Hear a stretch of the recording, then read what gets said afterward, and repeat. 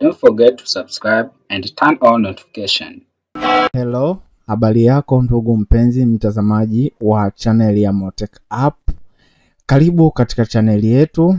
Siku ya leo tutajifunza namna ya kuondoa blank page. Na maanisha ni page empty, page iliyopo wazi katika Microsoft Word. Hiyo page inakuwa katikati ya page. Kwa mfano, unaweza ukawa una page 20, lakini katikati ya kuanzia page ya kwanza hadi ya 20 kuna blank page 3. Right? Hizo page ambazo ni 3 zipo empty.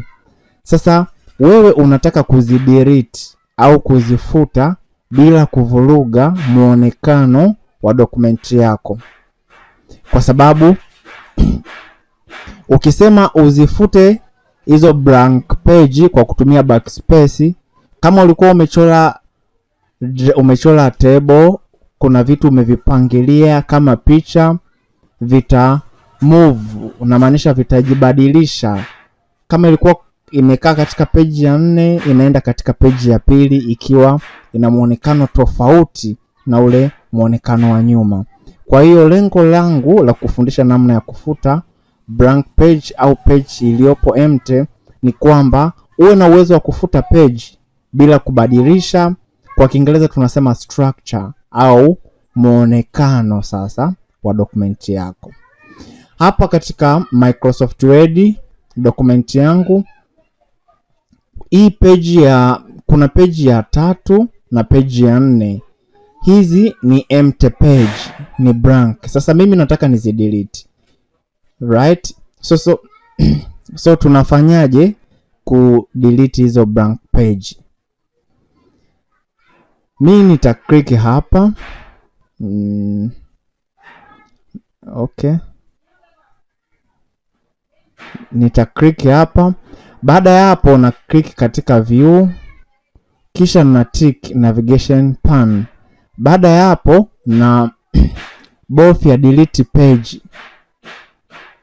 Naendelea kubofya mpaka hiyo page isogee hapa. Mimi nabofya tu hapa delete. Umeona? Sasa tulikuwa tuna blank page namba 3 na namba 4 vilikuwa blank, lakini namba 4 imeondoka. Alafu ile content ambayo ilikuwa page namba 5 imekuja hadi page namba 3. Nadhani tunaweza tukaangalia sasa dokumenti yetu inaonekana hivyo. Natumai huo ndio mwisho wa kipindi chetu cha leo. Nikukumbushe tu niweke summary fupi ya yale tuliyojifunza. Tumejifunza namna ya kufuta blank page katikati ya page.